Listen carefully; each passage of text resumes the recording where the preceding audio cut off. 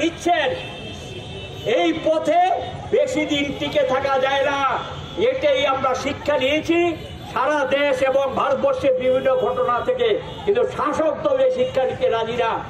আমরা বলবো যে একটা মিছিল আপনারা করেছেন আজকে, আরো বড় ধরনের লড়াইয়ের জন্য সকলে প্রস্তুতি নেবেন, কারণ এই জাতীয় ঘটনা তারা হয় বন্ধ করবে, নতুবা আমরা রাস্তায় নেবে মানুষকে রক্ষা করার দায়িত্ব আমাদেরকে নিতে হবে, সম্প্রীতি রক্ষা করা।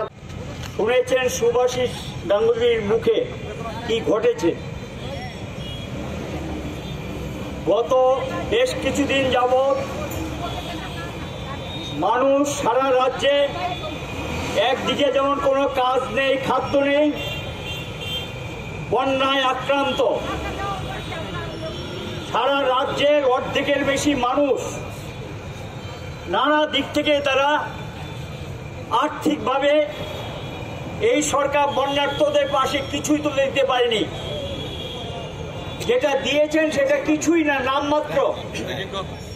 এখনো একটা বিরাট সংখ্যক মানুষ ক্যাম্পে আছে, এখনো জল সর্বোচ্চ সরেনি, রাস্তাঘাটগুলোর অবস্থা খারাপ। এই পরিস্থিতির মধ্যে আমরা সরকারকে সম্পূর্ণ সহযোগিতা করতে চেয়েছিলাম। আমরা সর্বদলীয় সবাই বলেছি, সবাই মিলে চলুন বন্যার্তদের পাশে দাঁড়াই। আমরা লক্ষ্য করছি যখন সরকারকে আমরা এই সহযোগিতার হাত বাড়িয়ে দিয়েছি, সরকার উল্টো দিকে তারা এখন কি করছেন, প্রথম গন্ডা ছড়াতে একটা মহড়া দিয়েছেন। আমাদের রাজ্যের চিরাচরিত জাতি উপজাতির ঐক্যকে বিনষ্ট করার জন্য সেখানে গিয়ে উস্কানিমূলক কাজ হিসেবে ছোটখাটো একটা বড় ঘটনা, বা ছোটখাটো বলা ঠিক হবে না, এটা বড় ধরনের এখনো যে ঘটনা হয়েছে, বাড়িঘর যাদের পুড়েছে, ক্ষতিগ্রস্ত যারা হয়েছেন, তারা এখনো ক্যাম্পে, সরকার তাদের নিরাপত্তা এবং প্রয়োজনীয় যে দেওয়ার কথা তাদের ক্ষতিপূরণ হিসেবে সেই অর্থ দেয়নি, এখনো তারা ক্যাম্পে।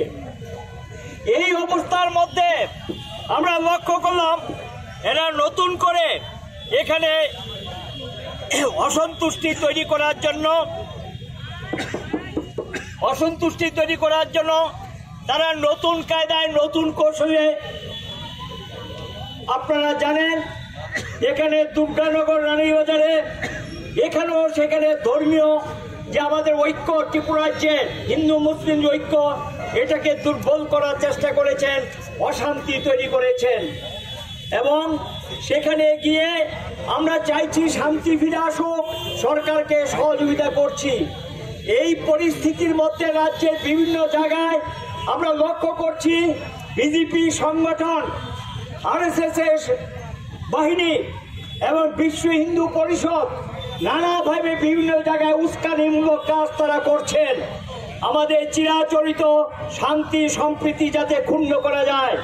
মানুষ যখন এ রাজ্যে গণতন্ত্র পুনরুদ্ধারের সংগ্রামে সামিল হয়েছে এবং মানুষের মৌলিক যে সমস্যাগুলো, এর মধ্যে জ্বলন্ত যে সমস্যা, মৌলিক সমস্যার মধ্যে সেই সমস্যাগুলো নিয়ে যখন রাস্তায় মানুষ যখন তার একটা বীজ চাইছে, এই অবস্থার মধ্যে আমরা লক্ষ্য করলাম যেখানে এখানকার মানুষ শান্তি সম্প্রীতি রক্ষা করতে এগিয়ে এসেছেন, এটাকে বিনষ্ট করার জন্য আমাদের রাজ্যের একজন মন্ত্রী, রানীবাজারের ঘটনা আমরা জানি, দুর্গানগরে যা হয়েছে, মন্ত্রীর উপস্থিতিতে ঘটনা সংঘটিত হয়েছে, কোনো ব্যবস্থা সরকারের দিক থেকে নেয়নি, সেখানেও সম্প্রীতি বিঘ্নিত করার চেষ্টা হয়েছে। এখন নতুন করে আবার আমরা লক্ষ্য করছি সম্প্রীতি বিঘ্নিত করার জন্য আরেকজন মন্ত্রী একটা পোস্ট করেছেন, যেটা চূড়ান্ত আমাদের দেশের সংবিধান বিরোধী। একটা মন্ত্রী যখন শপথ নেয়, সে তখন ভারতীয় সংবিধানের প্রতি এটাকে রক্ষা করব, তার প্রতি আনুগত্য জানিয়ে তাকে শপথ নিতে হয়।